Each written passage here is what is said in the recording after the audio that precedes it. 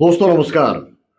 VS के views में आपका स्वागत है। मैं विशाल सूर्यकांत और आज हम बात करेंगे फिर से ईरान युद्ध से उपजी परिस्थितियां और उसमें भारत की जो संभावनाएं हैं, भारत के लिए आशंकाएं हैं, भारत के लिए अवसर जो हैं और भारत के लिए जो चुनौतियां हैं, इन तमाम मसलों पर बात करेंगे।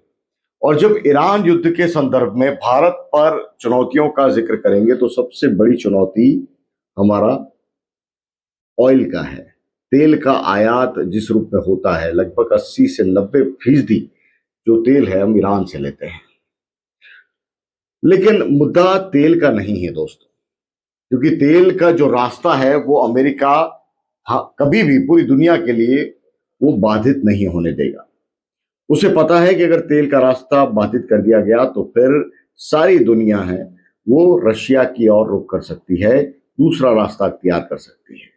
और अमेरिका, वेनेजुएला या अमेरिका के समर्थक देशों से अगर तेल लाना है तो खाड़ी देशों का जो रास्ता है, जिसे हार्मुज स्ट्रेट एक रणनीतिक रूप से बहुत महत्वपूर्ण रास्ता कहा जाता है, जो फारस की खाड़ी, अरब सागर, हिंद महासागर को जोड़ती है, उस स्ट्रेट को वो बंद नहीं होने देगा। और इसलिए शाम होते होते ट्रंप का ये स्टेटमेंट भी हमने देखा कि यूएस के राष्ट्रपति ने कहा कि हम किसी भी सूरत में हार्मुज स्ट्रेट को बंद नहीं होने देंगे और वहां से जो गुजरने वाले जो जहाज हैं उनकी एस्कॉर्टिंग हम करेंगे और ये पूरा सुनिश्चित करेंगे कि उन जहाजों को कोई नुकसान न पहुंचाए।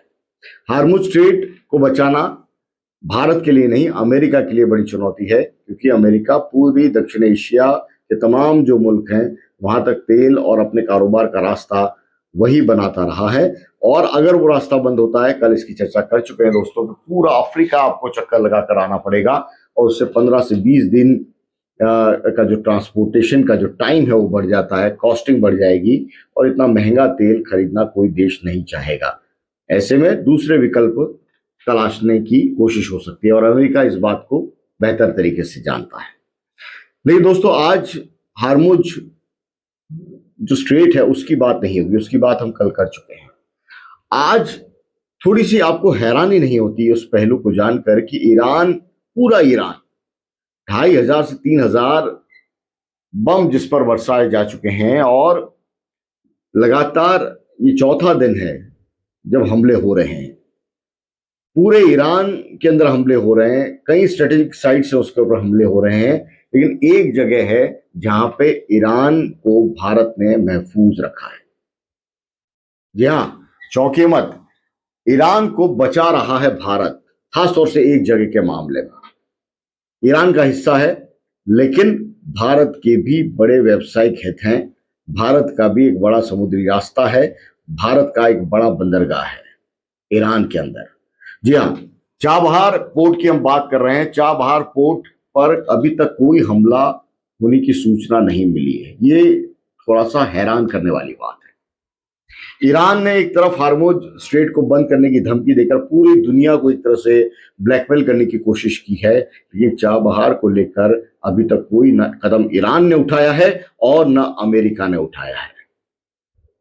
जो लोग बढ़ते भारत की ताकत का मुजाहरा करना चाहते हैं, देखना चाहते हैं, उनको समझना चाहिए कि आखिर चाबहार पोर्ट पर हमला अब तक क्यों नहीं हुआ या उसकी गतिविधियों पर उस रूप में अंकुश क्यों नहीं है, जबकि पूरे खाड़ी देश के अंदर अफरा तफरी की स्थिति मची हुई है।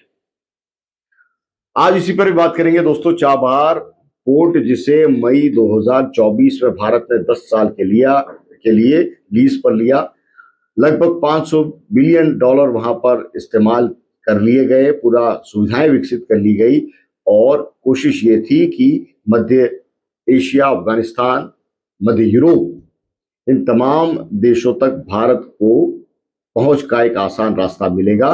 लेकिन हुआ ये कि जैसे इस चाबहार पोर्ट पर काम शुरू हुआ, दूसरी तरफ ईरान और अमेरिका के बीच में ठन गई। इजराइल जाहिर तौर पर बीच में था ही, और ऐसे में अमेरिका ने कहा कि ईरान के साथ जो कारोबार करेगा उसे प्रतिबंधों को झेलना पड़ेगा।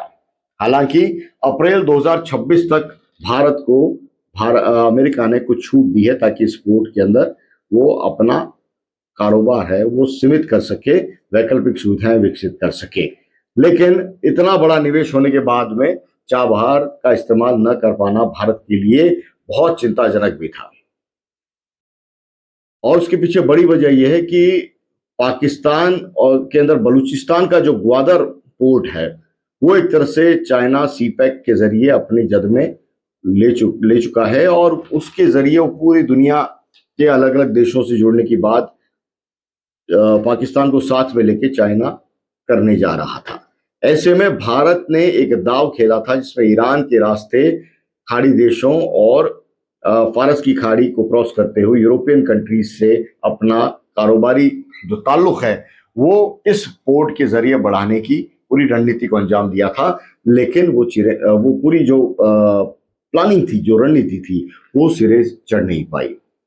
चाबहार पोर्ट में अभी तक कोई भी स्ट्रेटेजिक बड़ा कोई हमला नहीं हुआ है, और उसके पीछे ऐसा नहीं है कि भारत को लेकर अमेरिका बहुत ज्यादा चिंतित है या भारत के कारोबार को लेकर चिंतित है।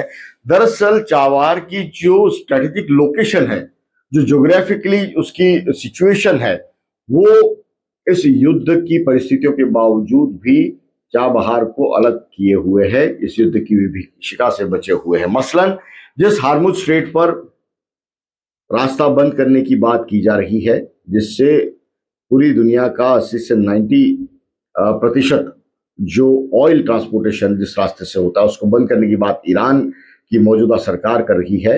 अमेरिका उसको बचाने की बात कर रहा है। कारोबार प्रभावित हो रहा, 80 से 90% जहाजों की आवाजाही वहां पर रुक गई है, क्योंकि इंश्योरेंस कंपनियां इस बात को इंश्योर्ड करने के लिए वो तैयार नहीं है कि अगर आपके जहाज पर कोई हमला होता है तो हम उसमें कोई गारंटी दे पाएंगे। तो फिर इस हार्मुज स्ट्रेट के अंदर इस कॉरिडोर से लगते हुए जितने भी बंदरगाह हैं, उन बंदरगाहों पर स्थिति विकट हो रही है, और उसमें ग्वादर भी है। संतोष की बात भारत के लिए यह है कि जो चाबहार पोर्ट है वो हार्मुज स्ट्रेट का हिस्सा उस रूप में नहीं है। उस स्ट्रेट के गुजर जाने के बाद चाबहार पोर्ट है वो आता है। भारत से लगता हुआ जो हिस्सा है उसके करीब है, लगभग 1400-1500 किलोमीटर दूरी पर ये चाबहार पोर्ट है भारत का और ईरान का। लेकिन भारत के हिस्से में एक तरह से भारत ने उसको विकसित किया, तो उसको भारत का पोर्ट ही मान सकते हैं। रणनीतिक रूप से ईरान और भारत का हिस्सा है। मुद्दा इसमें क्या है? हार्मुज से इसकी दूरी है दोस्तों, यह इस पे हम बात कर चुके हैं। और जो पूरा चाबहार पोर्ट है वो युद्ध का सबसे हॉट प्लेस है, उससे बहुत दूर है। और इस चाबहार पोर्ट को विकसित किया जा रहा है, ये विकसित पोर्ट नहीं था, इसको विकसित किया भारत और ईरान ने मिलकर, ताकि एक और वैकल्पिक व्यवस्था हो सके, समुद्री रास्तों के अंदर बंदरगाह की व्यवस्था हो सके। इस लिहाज से बड़ा महत्वपूर्ण है। और अभी तक ईरान और अमेरिका ने कोई कमर्शियल रूट को टारगेट नहीं किया है। चेतावनी, धमकी दी जा रही है, दबाव की राजनीति हो रही है, कूटनीति अंतर्राष्ट्रीय स्तर पर चल रही है, बम भी बरसाए जा रहे हैं, लेकिन अभी तक कमर्शियल रूट को बाधित करने की बात है वो नहीं आई है। अलबत्ता हार्मुज जो स्ट्रेट है उस पर नियंत्रण किसका हो, ये अभी दौड़ है, ये वो शुरू हो चुकी है। भारत के लिए बहुत कूटनीतिक रूप से महत्वपूर्ण है दोस्तों। आपके लिए पूरा मैं रिसर्च करके लाया हूं, जिसमें चाबहार पोर्ट के अंदर जो स्थितियां हैं वो कितनी विकट हो सकती हैं अगर ये युद्ध आने वाले वक्त में जारी रहा। और एक और बड़ा घटनाक्रम, क्योंकि ये युद्ध है वो सीमित नहीं रहेगा, जिस रूप में बढ़ रहा है, खाड़ी देशों के तमाम देश लगभग इसके शिकार हो चुके हैं। कतर, ओमान, तमाम जो देश हैं, बहरीन, इन तमाम, कुवैत, इन तमाम जगहों के ऊपर जिस रूप में बमबारी हो रही है, खाड़ी देश हैं वो इस पूरे युद्ध से अछूते नहीं रहेंगे। लेकिन चौंकाने वाली बात एक और बता दूं दोस्तों, आज एक बड़ा घटनाक्रम हुआ है हिंद महासागर के अंदर। हिंद महासागर के अंदर एक ईरानी जहाज को डुबो दिया गया, जिसमें 125 से ज्यादा लोग हैं वो सवार बताए जा रहे थे। तो अब युद्ध की आंच है, आप समझिए, हिंद महासागर तक पहुंच चुकी है। ऐसे में फारस की खाड़ी से होते हुए अरब सागर और हिंद महासागर में भारत के हित चाबहार पर ही नहीं, पूरे इस समुद्री रास्ते में कितने सुरक्षित है, इसको लेकर भारत सरकार एक्शन मोड में आ गई है। नौसेना एक्टिव मोड में है। अगर जरूरत पड़ी, अगर किसी ने भारत के हितों को रोकने की कोशिश की, तो चाहे अनचाहे भारत को भी इस युद्ध में उतरना होगा। दोस्तों, चाबार पोर्ट की हम लगातार बात कर रहे थे। वहां पर जो ज्योग्राफिकली सामरिक रूप से जो महत्वपूर्ण है, हमने बताया कि ग्वादर के साथ में क्या ताल्लुक है, ग्वादर से किस रूप में अलग है चाबार पोर्ट, ये भी समझना पड़ेगा। हालांकि दोनों की दूरी है वो लगभग 70 से 170 किलोमीटर के आसपास होगी दोनों पोर्ट के भी, लेकिन ग्वादर है, जैसा कि मैं बता चुका हूं कि हार्मुज स्ट्रेट का हिस्सा है। और चाइना के जो सी पैक का जो रास्ता है, जो सिल्क रूट है चाइना बना रहा है, उसका एक महत्वपूर्ण घटना का केंद्र है वो ग्वादर पोर्ट है, वो बना हुआ है। दोस्तों, एक और महत्वपूर्ण बात बता दूं कि इस वक्त ईरान के अंदर जो स्थिति है, ईरान कर क्या रहा है, ईरान अमेरिका के जितने भी खाड़ी देशों के अंदर बेस हैं उसको पर टारगेट कर रहा है, चाहे कतर में, बहरीन में, ओमान में, कुवैत में, तमाम जगहों पर। ईरान आने वाले वक्त में हो सकता है कि पाकिस्तान के अंदर जो अमेरिकी बेस है या अमेरिकी सुविधाएं जहां पर विकसित की गई हैं उनके ऊपर भी अटैक करेगा। ऐसे में ग्वादर पोर्ट का काम है वो पहले रुकेगा, चाबार पर कोई असर नहीं होगा, लेकिन ग्वादर का काम है जरूर रुक जाएगा।